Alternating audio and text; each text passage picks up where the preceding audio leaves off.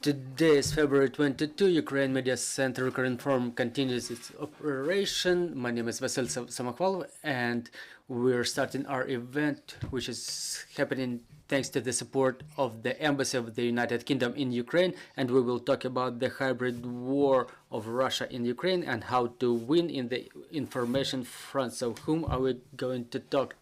First of all, it's Ihor Solovey, head of the Center for Strategic Communication and Information of Security, who was one of the developers of this guide. Then it's Hanna Krasnostup, acting CEO of the Directorate of Information Policy and Information Security of the Ministry of Culture and Information Policy of Ukraine. Viktoriia Zrazhevska, director of the Center for Strategic Communication and Information Security Training Department. Ihor Rozkladai, deputy director, chief expert on media law and Center for Democracy and Law of Ukraine, and Matthew Booth, UK strategic communication advisor to the government of Ukraine. So first of all, we would like to ask Mr. Ihor about this guide, how it was developed, where can it be found. Please take the mic. 1212. Good afternoon, everybody. I want to greet everybody in this platform of Ukraine Media Center Ukraine Forum. I'm happy to see partners, friends, and colleagues here. First of all, I would like to say that it's an important event for us because we are presenting the results of more than 1 year of work of our training center. At the same time, I would like to ask you not to perceive this guide as the universal pill which can solve all the problems of hybrid war after you take it, and it's not a recipe to achieve this result. This guide is a kind of a spinning for a fishing stick, not a fish. It encourages the people to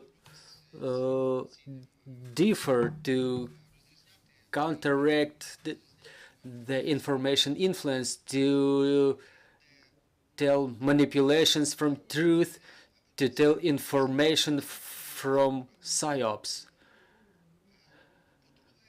Secondly, this guide is interesting because it's based on the practical experience of the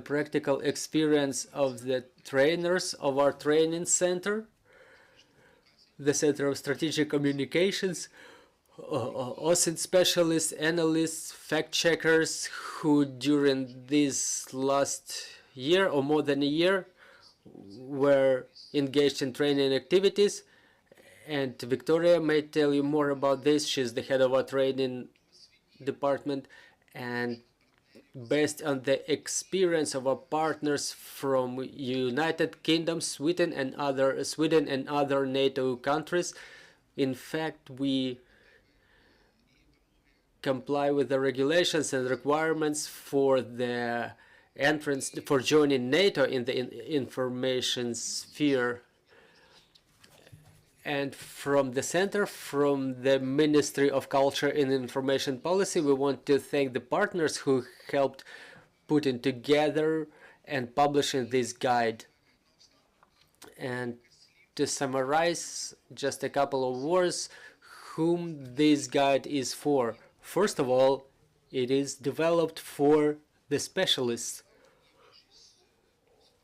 The majority of those present here are such specialists, the specialists who are involved in public communication in government agencies. But moreover, another important category of the recipients of such guide are the cadet students of the higher educational institutions and specialized educational institutions who study PR, journalism, international information. So the specialists who will work in the communication bodies of the state agencies, of the government agencies, and we hope that after training in those educational institutions using this guide,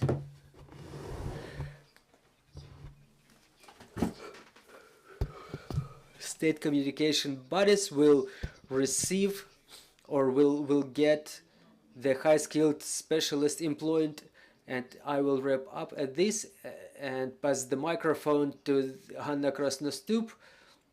Well, I have a question to Ms. Hanna. I understand that this guide is more of a recommendation nature, but what are the prospects that this discipline of the discipline of proper work with information, of information hygiene, it will be mandatory for government officials, for government employees?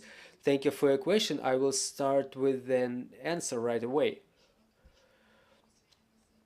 The critical thinking of population, well, is not only important for state employees.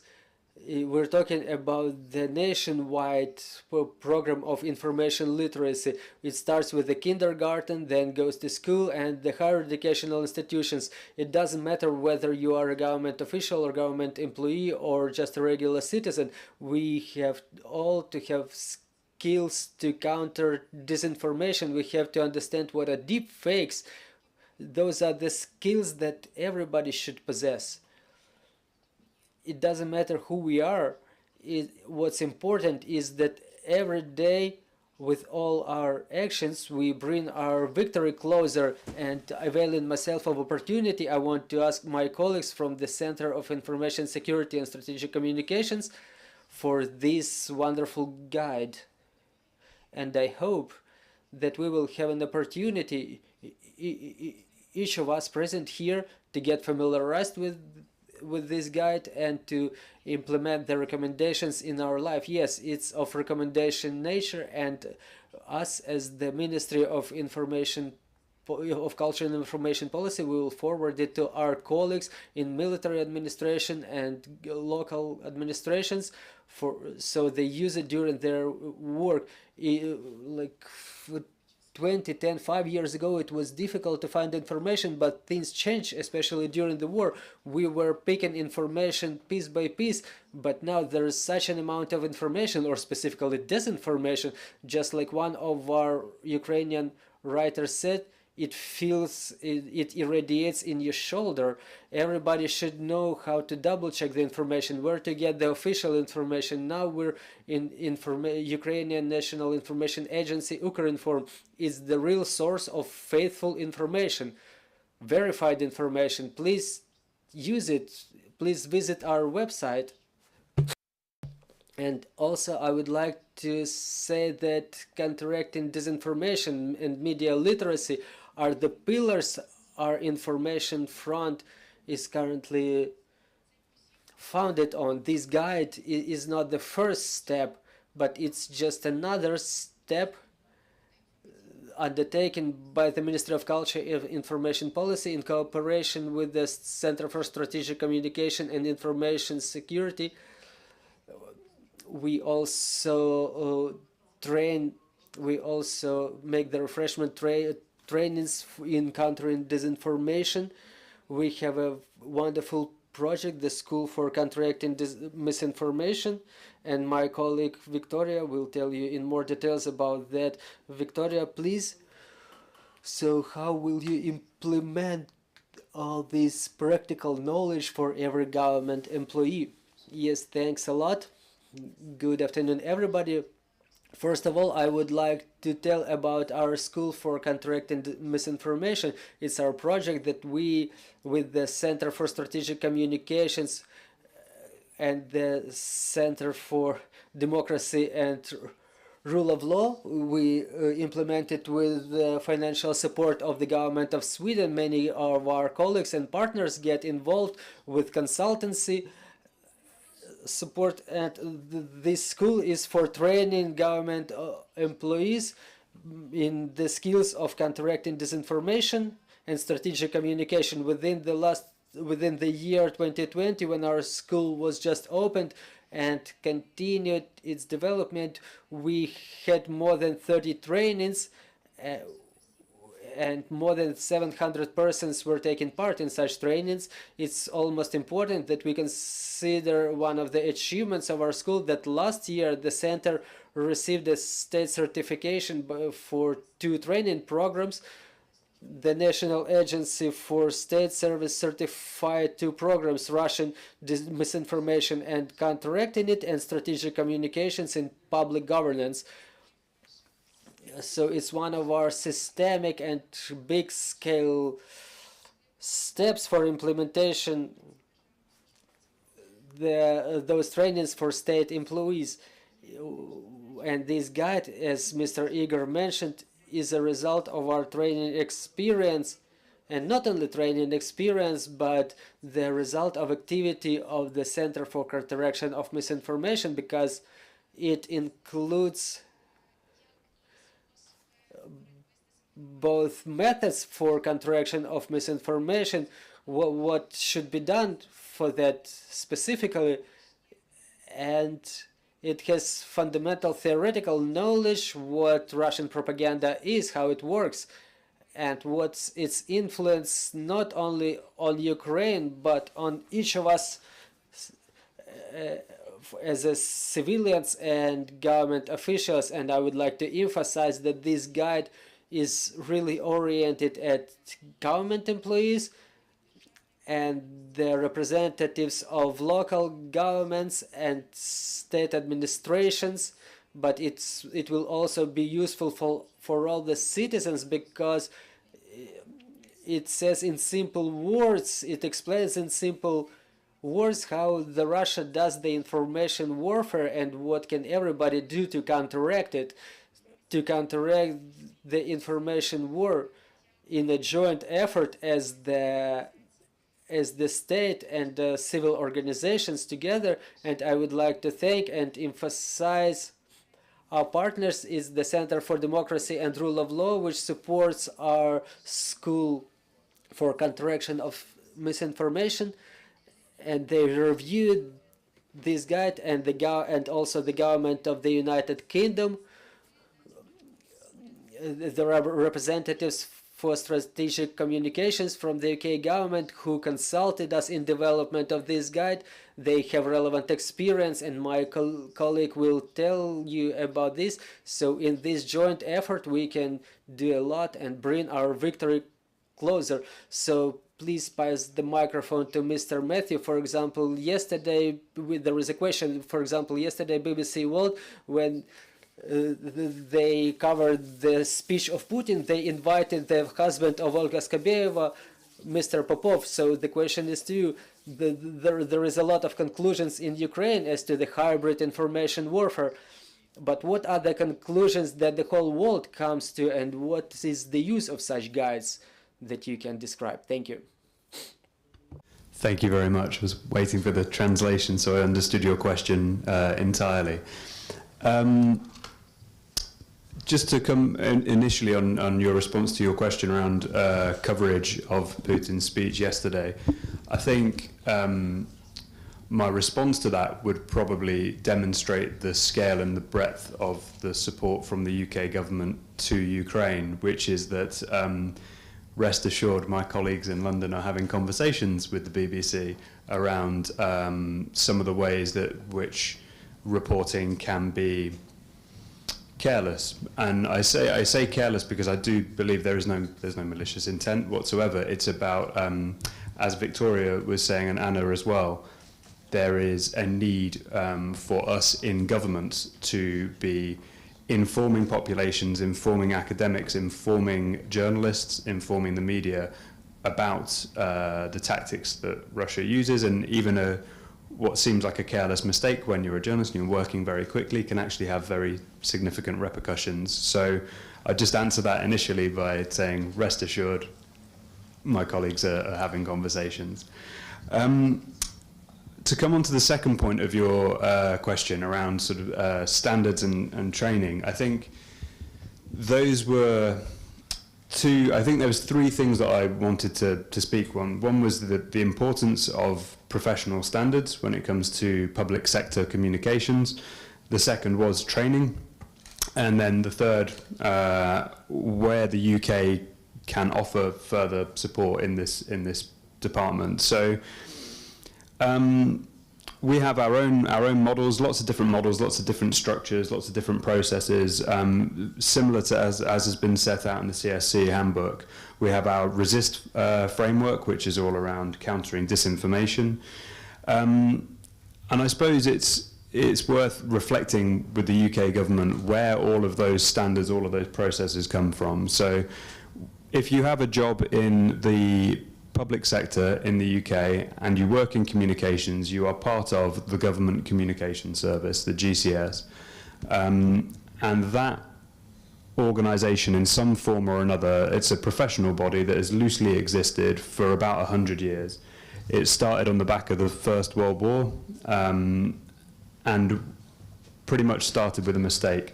So during the First World War, to try and get British citizens to be more involved and want to feel more animosity towards Germans, what the British government did was start to spread disinformation about the Germans, about that they were crucifying children, about that they were eating people, that they were doing all sorts of terrible things. Of course, none of this was true. It all turned out to not be true and kind of settled into the dust. Now then, when the Second World War came around, the similar situation. This time the government was trying to use the truth. They were trying to inform the population, this is what is happening in Germany, these things are happening. And to begin with, the population of Britain did not believe that, because, well, you lied to us about it 20 years ago, so why are you telling the truth now? It's just another lie. And so that mistake, that lesson learned, began what is now the Government Communication Service. This is years and years and decades of learning from our mistakes, learning what doesn't work, responding to things in a crisis, reacting to things. Sometimes there's big wins, sometimes there's big problems and it doesn't work. So over time, those have been refined and refined and refined so that we have these processes like the resist framework, we have our Oasis campaigns tool, we've got all sorts of different tools for the job. And I think what those allow you to do is speak a common language. You speak a common language where you know that even if in my role now based in Kyiv, or if in my previous role if I was in the Prime Minister's office, or if I'm talking to the head of comms for a police station in Manchester, I know that we're talking about exactly the same thing. We have the same approach to the same problems. We have the same jargon, the same processes, the same methodologies. So that's one benefit of it, that we're all speaking the same language. The other benefit, I would say, of having these processes is that they're fluid and they evolve and they exist. And so again, you keep learning from mistakes. What works now in 2023 might not work as well in 2025, but that's okay. You can build that in and you start to work and flex around things. So you're continually evolving and changing around best practice. And I think that leads on to my second point with the best practice. That's around training. I don't think, having things set down and having them standardized, having handbooks is exactly the place to start. You've got a kind of guide, you've got the processes, but then it needs to be taken to the next stage where these things are, as part of new joiners, as part of someone joining for us, the government communication scheme. It's like week one, doesn't matter what your job is. Week one, you're on training, you're learning these things, you're getting one of these handbooks printed out, you're going to a presentation on how to use it, how to learn it, how to inform it. And sometimes you might sit there in that room, have that learning experience, go away and not think about it for 6 months. But then when it does come up and you have to respond quickly, whether that's to disinformation or to a crisis or to whatever the situation is, you have that and it's embedded. So I think that continual training and workshopping allows for that professionalization across the board, and it also allows for, again, those open conversations about where things aren't working, where there have been mistakes made, and where you can learn and advance and get better from that as well. And I suppose that leads on to the third point I was going to make, which is around the UK's support to Ukraine. So I think, as with pretty much every aspect of this war, I hope I'm not over-speaking by saying that our support to Ukraine is unwavering. This will always continue, and I think our systems that we have in the UK government, they're for communications and for countering disinformation. they're good, they're very effective, they're not perfect, nothing is, and so I think we can continue to learn from you guys who are very much the experts. You understand Russia and Russian disinformation far better than anybody else, I think, and you know exactly how to respond to it very effectively. So while we will continue to support with kind of with training, with processes, with showing this is what we do and this is what works for us, a huge part of that conversation is, okay, well, what works for you? You guys know, and keeping that, tweaking models and changing things so that there's a Ukrainian context and a Ukrainian way of doing these things. You know, I'm acutely aware that I'm looking at this wall of memes. You're now world famous for many things, but one of them is just exceptional memes.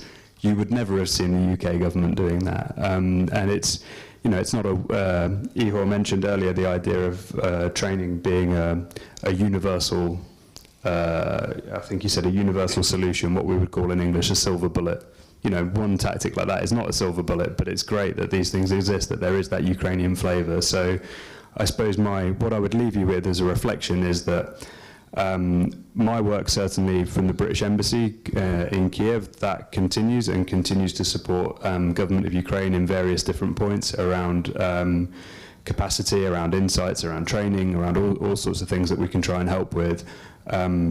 That's an open door. Please do. Everyone can come to me if they think there's ideas that we can do. I can't make promises, but I can go back to London and ask them to spend more money, and that's all I can try and do. But as well, I think please rest assured that there is more than ever a lot of colleagues in London sat around helping from afar. It might not be that they're at the British Embassy, but they are working in this space, working and to do lots to support both Ukraine internationally and domestically. So there's collaboration between us, and I hope that continues, and I think it will do. So yeah, it's an open door. If anyone ever has any questions or requests, please do come to me. Thanks. Thanks a lot. Пане Ігорю, в чому полягала роль вашої організації? Що ви можете розповісти про Mr. Ihor, what was your role in putting together this guide and how to better use it? Good afternoon. First of all, I would like to say why it's important to implement this project, because Russian disinformation is not a matter of today or yesterday or 10 years ago. This story starts back in times of the Soviet Union or maybe the Russian Empire. So what is happening now is the change of influence, change of time, but the methods used are very old. They are ancient. So I printed out one of the titles of the training books for KGB, the documents which were unclassified by our colleagues from Baltic countries, the opportunities for using cultural centers of USSR for work in other countries. So it's the way how our immigrant organizations may work abroad. And it's not one and only guide like this. There were more like those, and how to counter, which showed us how to counteract that misinformation. So Russian propaganda is deep-rooted, and Ukraine is in a disadvantageous position because we have to counter not only what's happening now, but we have to counteract all that baggage that we received as a heritage from previous generations. So it's important for Ukraine to study quickly, to learn things in a prompt manner. And on the other hand, it's important to do it in a proper way, using the practices of crisis communication, using a synchronized approach. You cannot counter misinformation with misinformation. You have to use some other tools, and those are the tools which are being implemented and used by Ukraine, not for the first year. And back in 2011, one of the important instruments was the law on access to the public information, and it was one of the first steps, because openness is best in counteracting disinformation. And in 2015 we disclosed the archives of KGB, So unmirrored response is very important, but proper communication and timely communication is important too, to communicate in proper messages to proper audience. And this guide, I think, is a guidance for those who helps concentrate to focus their ideas on what should be done during some crisis event. And why it's important, because misinformation is based on emotions. So it's targeted at the emotions of the audience, is targeted at, well, recall all those charged matters, shell gas. They are targeted at some emotional things. So when this misinformation is spread at somebody, you react emotionally. When you're being told lies about, you react emotionally. So it's difficult to be unemotional during this moment. It's very important to stop, exhale, and to recall what's the proper way to react, because emotion is harmful in this case. So it's important to make a proper message, to build it in a proper way, and to deliver it through a proper channel. So we're happy that this type of guide appeared, and we were happy to review it and to give our advice how to amend it. And it shows how to pick misinformation, how to tell it from the truth, because misinformation uses our vulnerabilities, and one of the vulnerabilities of Ukrainians is lack of trust. We learn how to trust. We made it within the last year probably, but let's be honest in front of us, our distrust is quite widespread everywhere. So it's important to build trust in front of your audience, first of all with honesty, with faithfulness, and with corroboration, providing proper facts, corroborating it with the documents. Well, it will not work at once, but if you do it in a systemic manner, it will start working eventually. So we want to thank our colleagues who prepared this guide. It will be useful, I hope. And it was interesting to me personally to read it, because some of the things, it helped me to structure them, those things in my mind, the message of data which I was able to structure. It's useful for the public sector because it's under constant information attack by the enemy. So thank you, and I'm open to all the questions. Thank you. I'm having the first question. If anyone else has more questions, please let us know. My question is simple. Where can I download this guide? Where can I get it? How can I get involved? Well, first of all, those attending this presentation today who will get a free copy, they would be able to pick it personally. There is a number of specimens right there near the entrance door. The representatives of the organizations, of the educational institutions who wish to add this guide to their libraries, I encourage them to talk to Viktoriia after this press conference and to leave application with them, and we will get in touch with you to provide the necessary number for your library. And the guide will be posted for free online. We are currently in negotiations with our partners to have this guide translated into English language, so it will have the international coverage. Any more questions in the studio, please? Good afternoon. Oleksandr Bondarenko, head of the chair of the East Slavic Philology of University of Zrazhevska. First of all, thank you. And right away, I would like to say that I will use this guide during my lectures and practical classes for my students. My question is as follows. Is there a prospect for development of something else? We understand that this is not it. It's a very important step. It's very good. It's done, but not all of the problems are covered. Are there any plans for issue of some second part or third part, or is it planned as a series to have a stack of them like this thick, to have this thick guidebook that we would be able to use efficiently in our work? Thank you. Thank you for your intention to use it. We currently prepare another guide, but it's a little bit different. It's more about strategic communications, but generally it's one of the parts of counteraction of misinformation. So these two guides are not related to each other directly, but in fact they are the parts of one thing, and we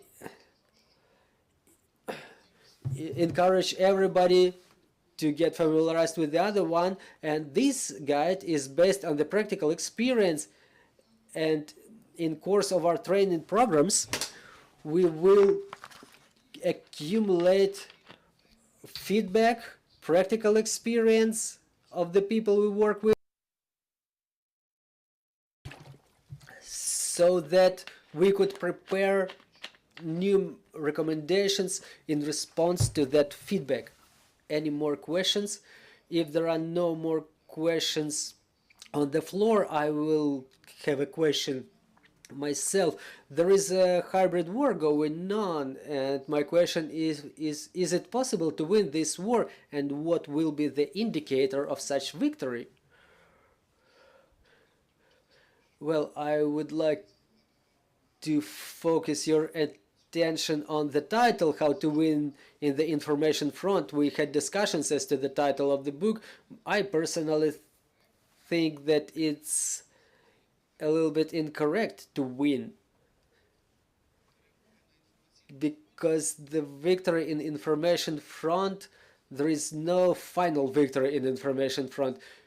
Ihor already mentioned that this war it did not start today or yesterday.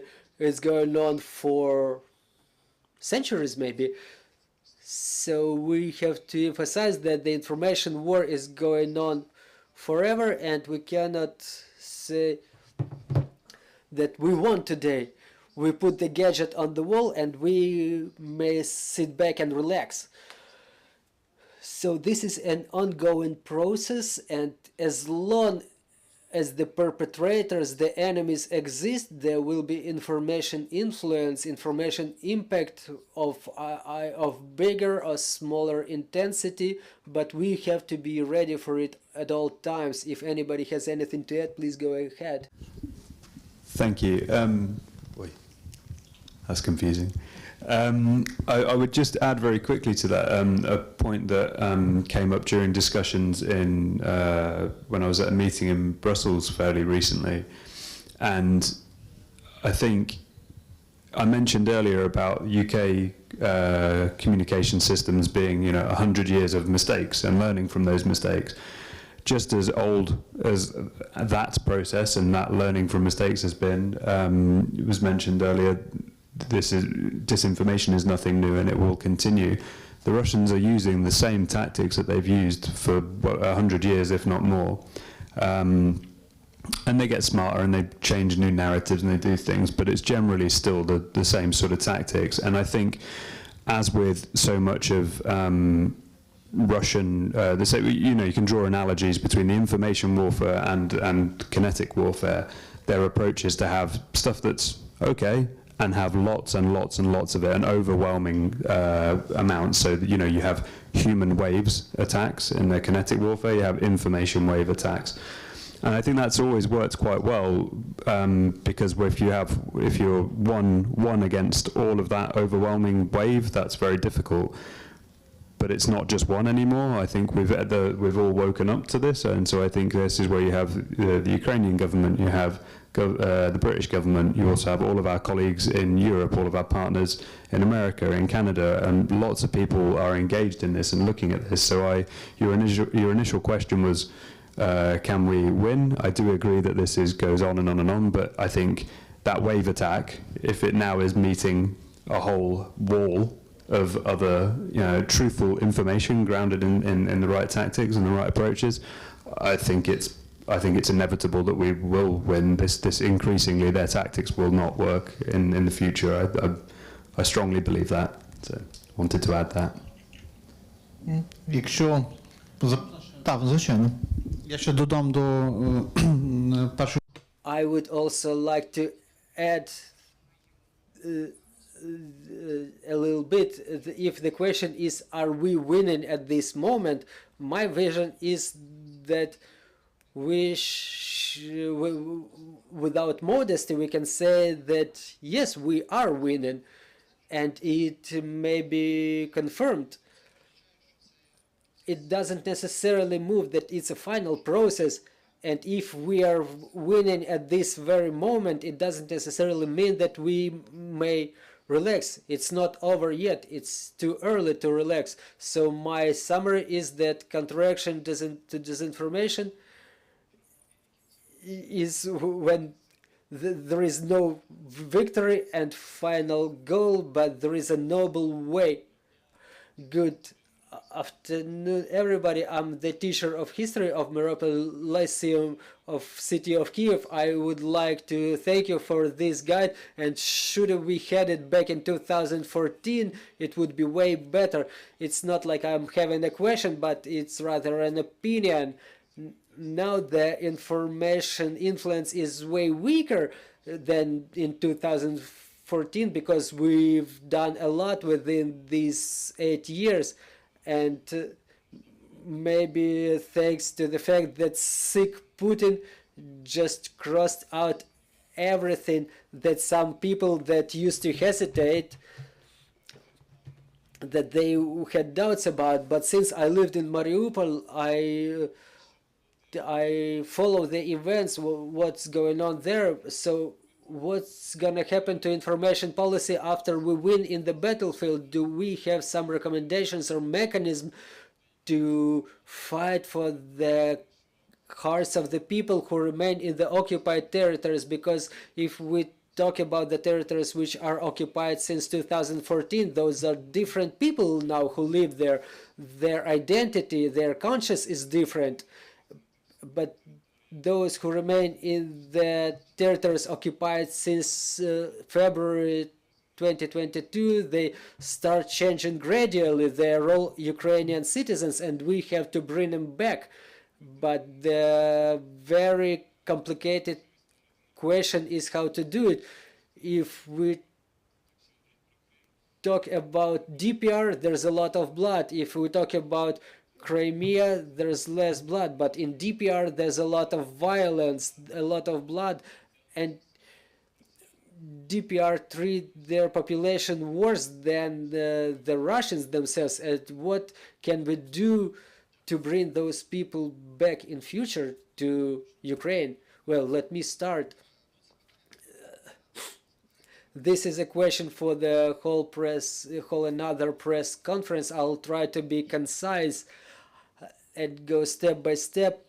Really, this guide is based on the experience, not only experience of the training center, but practical experience starting from 2014. Really, the situation we're having in information space now is the result of years of work starting from 2014. I will not give a lot of details about what was done, but we can talk about it separately. But there was a lot done, and as of that 24th February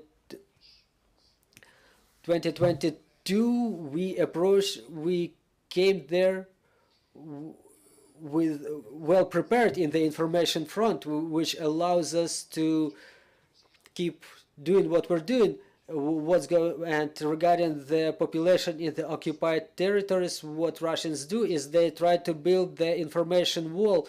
They try to create the information ghetto. They switch off Ukrainian TV. They close Ukrainian websites. They even try to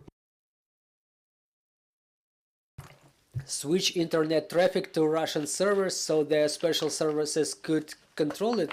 So this is how they build this information wall, to have the Ukrainians who remain there kept in a way they don't receive any faithful information from Ukraine, because in fact Russian propaganda can exist only without competition, and that's why they kill all the competitors. So our task is to make it that way that the Ukrainians who remain in the occupied territories, they continue receiving information from Ukraine. What should be the ways? Well, it's a number of ways, technical ways, hardware and software solutions, and each of us may get involved. Anybody who has contacts, anybody who has relatives, or just people they know in the occupied territories, keep them in the agenda, in the information agenda of Ukraine. Those are the main steps. I would like to add that this is the question for million, and even the European experience shows that it's a long story, and it's better to see the story of two Germanys, West and East Germany, and those steps that were undertaken during decades, they still demonstrate the gap that existed. So let's be realistic and let's recognize that it's a problem which will require long-term campaign. The first steps, yes, I agree that it should be accessibility of information, the reestablishment of all digital information infrastructure, all information services available in Ukraine. People should be able to see that the bureaucracy changed, and a lot of things that required bargains or corruption before, they became better. Things changed. So, but we have to be more profound in our work. We have to start studying the mentality. I don't like the word Donbass, but historically those places, Donetsk and Luhansk regions, they are quite complicated. So working with cold Donbass, with Luhansk region, with Mariupol, and those industrial areas of those regions, those are very, very complicated. There will be no prompt response, but it's obvious that we should keep working there. And one of the key things is the fair justice for Ukraine. When people will understand that their property is protected, when their crimes are punished, there is liability for crimes. It's one of the proper ways for the development of democracy of Ukraine, and one of the reforms that we should undertake. We've already undertaken a number of complicated reforms, including information reforms, and the law of media is yet another challenge for us, because depending on how it's launched, the information space would work. But there are things you may never add to the laws. You cannot add patriotism, you cannot add fairness, honesty in the law. Those are things that are educated, and we hope that we will be able to launch mechanisms to build trust, and which is one of the key things to build in Ukraine, and this is how we will be able to move further. And as to the misinformation, don't relax. Again, this law on media, we're having this campaign in Europe against us, which says that the law is bad, so let's not let Ukraine join EU. So it's too early to relax. What I would also like to add on behalf of the Ministry of Culture and Information Policy, we're not the same we're used to be on 24th of February 2022.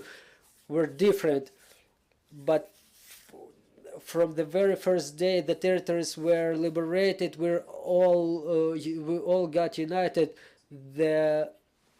The representatives of media, the local governances, we started spreading the information where people can get money, where they can get aid. From the very first days when people were in information isolation in Kherson, the newspapers Grivnia, New Day, people didn't know what's Bucha, what's Irpin.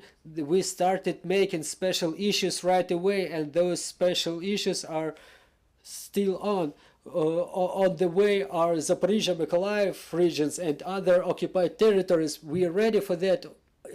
what I said at the beginning, no matter who we are, but we're all united, and we believe in the closest victory. Our information troops, we will work the reestablishment of telecommunications infrastructure, support of the media, creation of favorable conditions for spreading proper social information is our utmostly important task that we do in cooperation with our partners.